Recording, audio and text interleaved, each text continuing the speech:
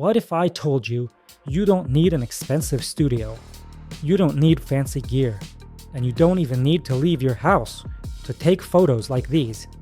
Today I'll show you 6 powerful photography ideas you can shoot at home, and each one will seriously improve your skills.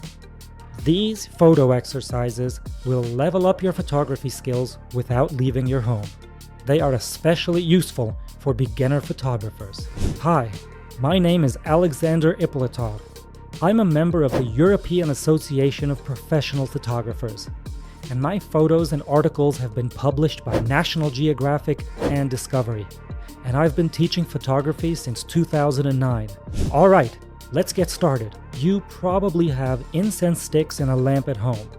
I found an old 300-watt halogen light in my garage. You can also use an LED light, starting from 30 watts or more. I placed the incense stick into an improvised holder.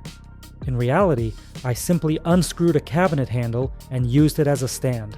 Then I lit the stick and blew out the flame so it would start to smolder and produce smoke. For the background, I used a regular black cloth. It is important that the background is dark, ideally completely black. I positioned the light at an angle to the side of the stick, like shown in this diagram. I adjusted the position by trial and error, and I recommend you do the same. Observe how the lighting changes the look of the smoke. The smoke will naturally rise straight up, which is not what we want. Gently disturb the smoke by slightly waving your hand. For this experiment, I used a very simple and outdated DSLR, the Canon 450D, also known as the Canon EOS Rebel XSI, which has long been discontinued. I used the following settings and started shooting. I took many shots using up 2 incense sticks. I focused on the stick itself. On its own, smoke on a dark background is not that visually interesting, so I did a bit of editing in Photoshop to color the smoke in Photoshop. First, choose a color you like. For example, I'll choose a blue tone.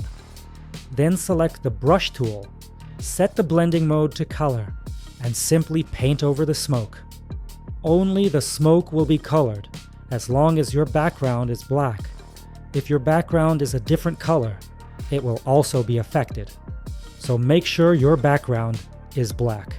This is how you can color the smoke. You can also invert the image to create a negative effect. To do that, go to Image, Adjustments, Invert. There are many variations you can try. Have fun experimenting. Now, let's move on. The screen of your computer, laptop, tablet, or TV can be used to create amazing shots. I'll demonstrate this using a product photography example, a glass with liquid. During the shoot, I got results like these. In my opinion, they look quite good. These exercises help develop both your technical skills and visual awareness, which makes them especially valuable for beginners.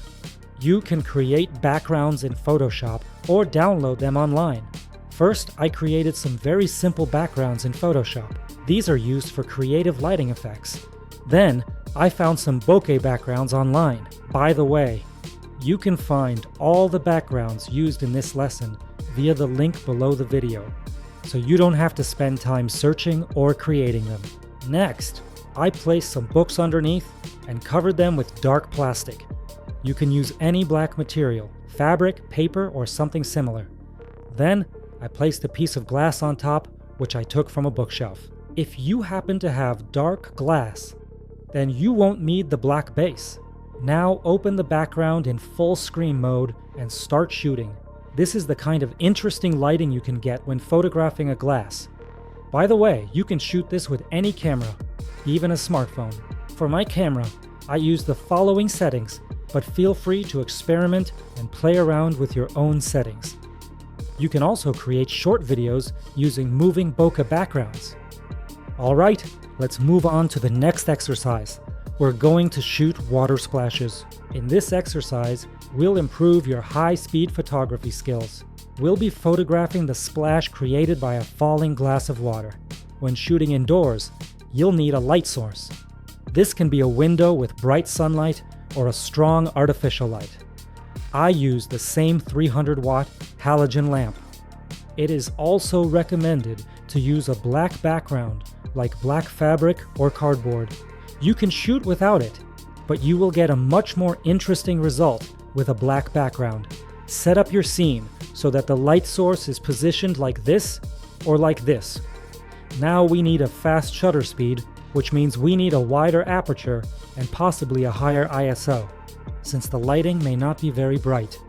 With a wide aperture, it's better to use a short focal length, meaning less zoom, because at longer focal lengths, the depth of field becomes much shallower. If you're not confident with depth of field, shutter speed, or aperture, we would be happy to see you in our course, I Am a Photographer, where we guide you step by step from zero to great results. The link is in the description. Don't miss the chance to join with a discount. Now let's continue. Place your camera on a tripod.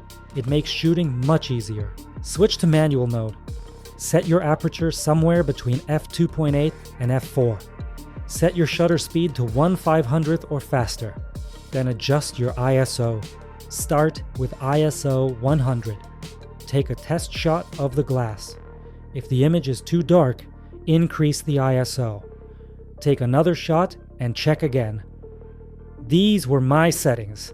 Now it's very important to pre-focus on the glass, and then switch autofocus to manual focus, so the camera doesn't waste time focusing while the glass is falling.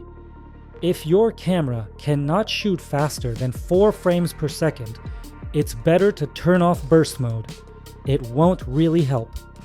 Now lift the glass about 10 centimeters above the surface. There is no need to go higher, and make sure you lift it exactly where you focused.